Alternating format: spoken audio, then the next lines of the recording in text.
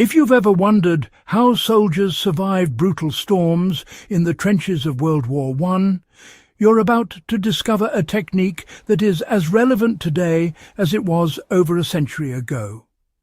Before we dive in, make sure you subscribe to Warfield Chronicles for more rare, actionable history insights that you won't find anywhere else. During World War I, soldiers faced relentless rain, snow and wind that could turn even the most fortified trench into a death trap. To survive, armies developed a storm-proof shelter method that relied not on complex engineering, but on precise understanding of natural materials, trench placement and airflow. At its core, this method was about creating a shelter that repelled water, resisted wind, and stayed warm without modern insulation. The first principle is site selection. Soldiers didn't just dig anywhere. They chose slightly elevated ground, avoiding low-lying areas where water pooled. Even a small incline could prevent a trench from flooding. Modern survivalists can apply this same logic when camping or creating temporary shelters. A gentle rise ensures drainage and minimizes exposure to wind-borne debris. Next is the trench and wall construction. World War I troops reinforced trench walls with layers of timber, sandbags and earth, creating a compact layered barrier. The key was overlapping materials to prevent gaps where wind or rain could penetrate. Today, anyone looking to replicate this method can use sturdy logs or boards, layering soil or sandbags tightly against them. Compacting earth into these walls makes the shelter almost airtight, significantly reducing heat loss during storms.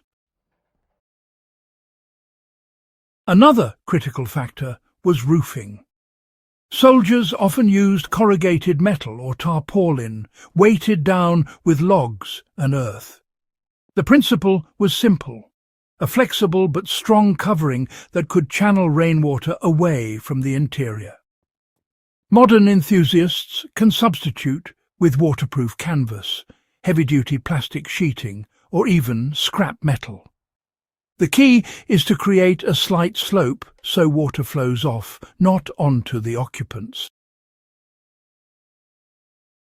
Ventilation was carefully considered. Even in storm-proof conditions, air had to circulate to prevent suffocation and dampness.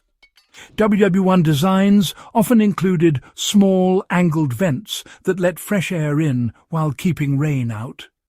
Applying this today is straightforward. Small, shielded openings in your shelter wall or roof maintain airflow without compromising dryness. Finally, interior layering enhanced comfort and warmth. Soldiers lined floors with straw, leaves, or even wooden pallets to keep their bodies off cold, wet ground. For anyone using this method today, the same approach works.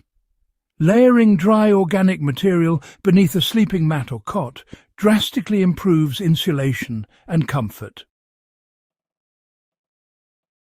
By combining elevation, layered walls, sloped roofing, ventilation, and interior insulation, WW1 soldiers created storm-proof shelters that allowed them to survive extreme conditions.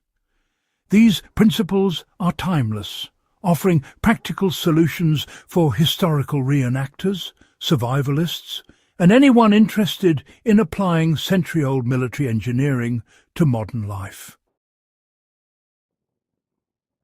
If you found this guide useful, make sure to subscribe to Warfield Chronicles for more in-depth historical survival techniques. Share this video with fellow history buffs and survival enthusiasts so they too can learn the secrets that kept soldiers alive in some of history's harshest conditions.